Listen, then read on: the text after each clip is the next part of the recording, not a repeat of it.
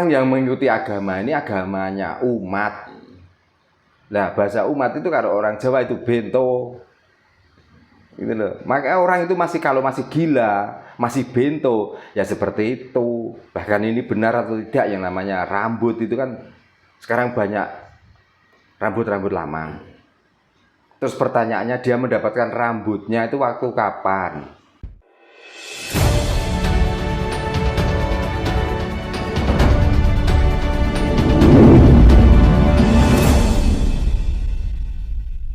Makanya kalau agama itu mengajarkan kebaikan dan kebenaran.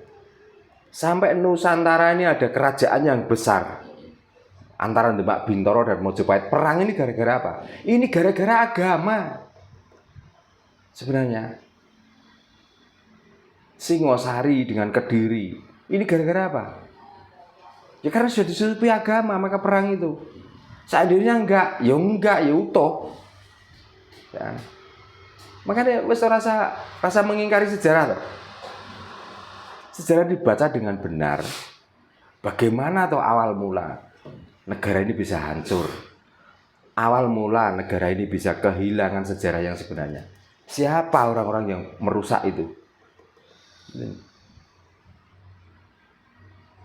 Dan di mana tempat-tempat yang waktu itu sakral sehingga menjadi amburadul yang dulunya tempat yang dianggap sakral, sekarang malah jadi tempat wisata. Coba agak bisnis Pak sekarang Pak. Nah makanya Candi Borobudur itu kalau difungsikan sesuai dengan awal, orang datang ke sana itu takut bukan berarti karena candinya, tapi begitu menghargai keindahan bangunan itu dan begitu mahir insinyurnya yang membuat sehingga menjadi bangunan seperti itu, mestinya masih ada.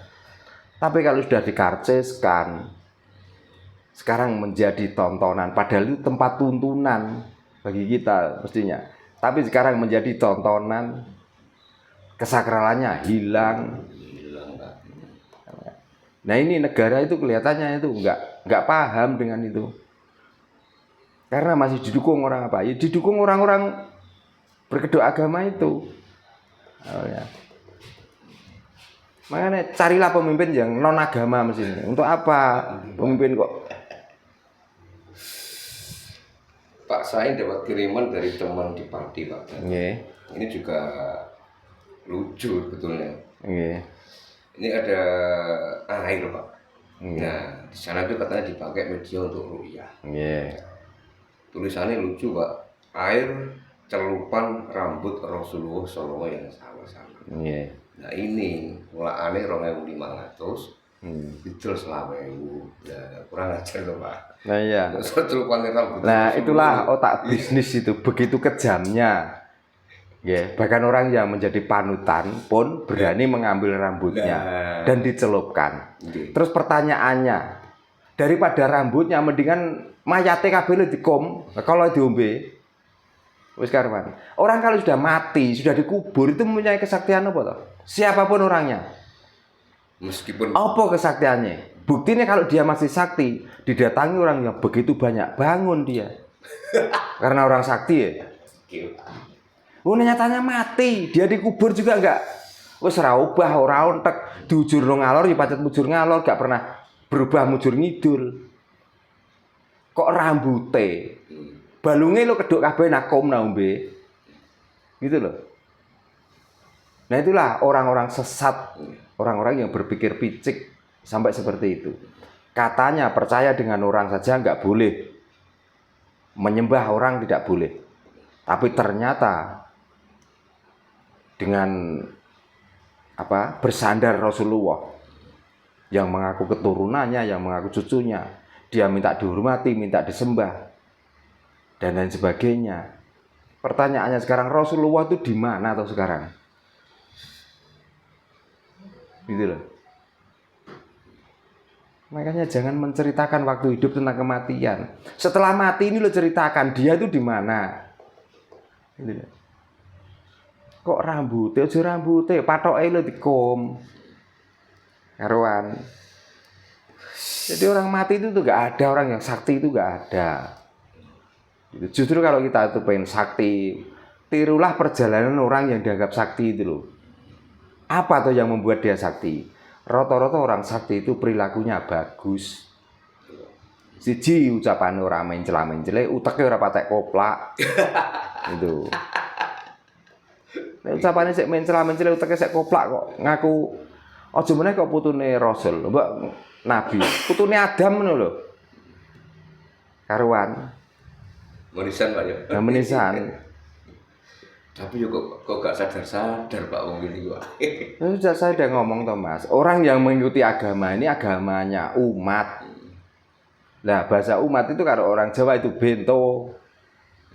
Gitu loh. Makanya orang itu kalau masih gila, masih bento, ya seperti itu. Bahkan ini benar atau tidak yang namanya rambut itu kan sekarang banyak rambut-rambut lama.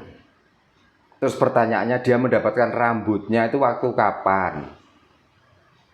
Apalagi ada seorang Habib yang di situ juga memamerkan di YouTube bahwa ini rambut Rasulullah diciumi dan lain sebagainya. Terus Habib itu di Yaman. Yaman dengan Madinah itu berapa jauh kira-kira? Terus apa waktu itu mengambil rambut? Kalau mengambil langsung mungkin keluarganya juga nggak boleh. Nah paling tidak mencuri. Berarti kan hasilnya maling. Kalau itu iya, kalau itu benar. Ya tahun piro mencuri. Nah makanya mbok ngono-ngono kuwi sing waras cara kita berpikir.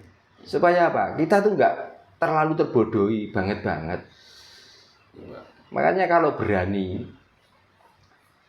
ya karena kita tuh nggak berkuasa apa-apa. Ya paling tidak negara lah.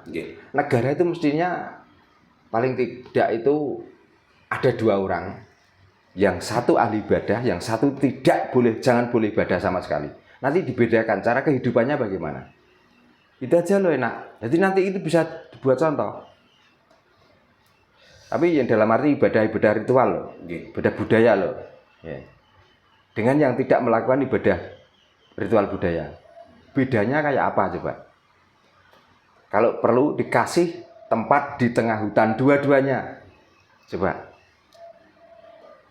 Nanti cara mencari makan, ini yang orang yang beribadah ini nggak boleh dakwah. Nanti kalau dakwah dia berarti dapat bayaran dari dakwahnya. Dilepas di tengah-tengah hutan dibuatkan rumah. Tapi jangan diberi fasilitas. Mati disik Pak. Ya jajal kok. Nah, itu loh untuk membuktikan. Kemarin Pak ketika ada ruatan di sini ya, Pulau sama Pak ini juga ngobrol Pak. Nah ini ruatan kadang nekakno adat Jawa disuruh bayar 20 juta sampai 20 juta kadang kan nggak mau Pak. Padahal kita tahu kan uang segitu kan dibagi orang banyak. Kadang orang Jawa sendiri nggak mau, tapi nekakno ustaz kiai sampai membayar teko 50 juta itu wani Pak lah. Elek kan di kulo tuh Pak ujungnya. Sebenarnya bukan elek Mas. Ya karena otaknya ini loh isek rata-rata keblinger. Otaknya isek keblinger Mas. Wangel dandanane. Pol angele. Ya mungkin karena berpedoman satu kitab tadi Pak aslinya. Kalau berpedoman kitab, bang saya nggak yakin kok orang-orang yang beragama itu paham atau sudah paham tentang kitab itu. Saya nggak yakin kok. Pahamannya ya itulah ada orang yang ngoceh, yang menyampaikan. Nah yang disampaikan itu seolah-olah. Nah namanya seolah-olah itu kan nggak pasti. Ya nggak pasti ini tuh. Nah makanya orang itu enggan melakukan baik. Yang penting budaya ritual sudah dilakukan, dia sudah merasa baik. Sudah merasa benar. Itu. Terlepas nanti perbuatannya jelek atau buruk atau baik, nanti salah ya istighfar, minta ampun, dah dimaafkan. Besok lagi melakukan lagi, ada maaf saja. Ya begitu. Kalau orang Jawa pedomannya becik ke titik, olo ketoro. Jadi bukan sekali ini saya melakukan nanti langsung dapat imbalannya, bukan. Tapi yang ditakutkan suatu saat saya juga akan memetik. Kalau saya nggak memetik, takut saya, anak cucu saya. Itu pedoman orang Jawa. Makanya daripada begitu, ya sudahlah, kita berbuat baik saja. Takutnya apa? Takutnya nanti kalau di akhirat nggak ada apa itu penilaian atau urusan tentang perbuatan baik dan buruk. Kalau ada, berarti saya sudah melakukan. Kalau nggak ada, lumayan saya di dunia sudah melakukan kebaikan. Gitu. Artinya apa? Mengukir namaku sendiri bahwa saya bukan termasuk orang jelek, saya termasuk orang baik. Nah, ukuran baik bagaimana? Ya semampunya. Entah apa dipaksa-paksa. Masa melakukan kebaikan itu harus melaparkan perut dan mendahagakan tenggorokan 1 bulan, itu perbuatan baik. Itu salahmu dhewe. Lapo mbok lesok-lesokno, lapo mbok ngelak-ngelakno. Ya sapa sing nganggur ya Pak? Sapa sing ngangkon? Nggih. Monggo kok pengen tambahan. Nggih, sampun Pak Darlo matur suwun nggih. Rahayu. Nggih, rahayu.